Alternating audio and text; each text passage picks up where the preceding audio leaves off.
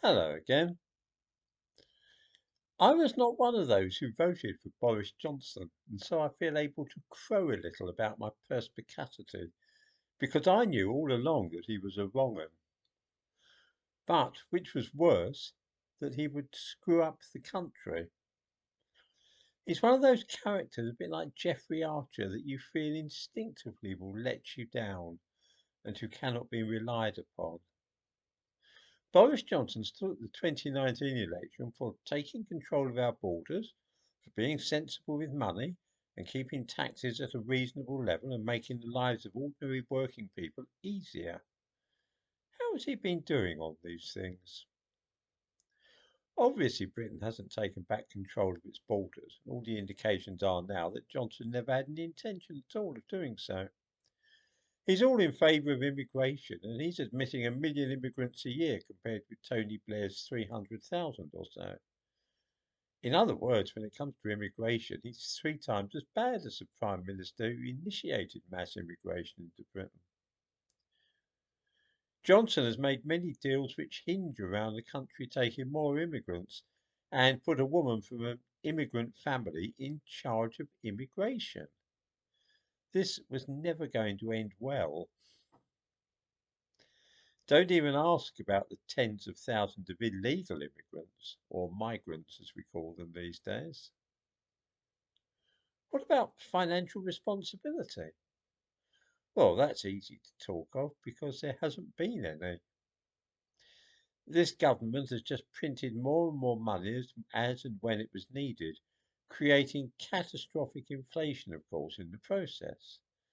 Paying loads of people to stay at home and not do any work was always going to be disastrous for the economy.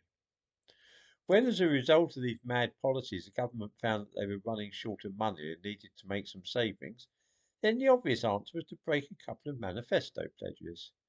Don't give the pensioners a rise that they were promised before the election, and raise national insurance contributions, which Boris Johnson promised he would not do when he was trying to get people to vote for him.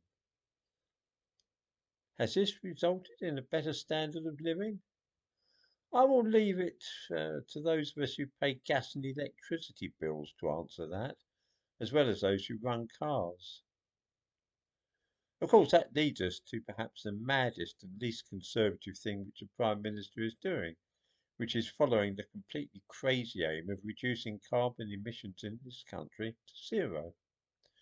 We are being told that we must get rid of our gas cookers and scrap our cars, to say nothing of having those parts of the countryside which have not been concreted over to provide for homes for immigrants covered in solar panels and windmills.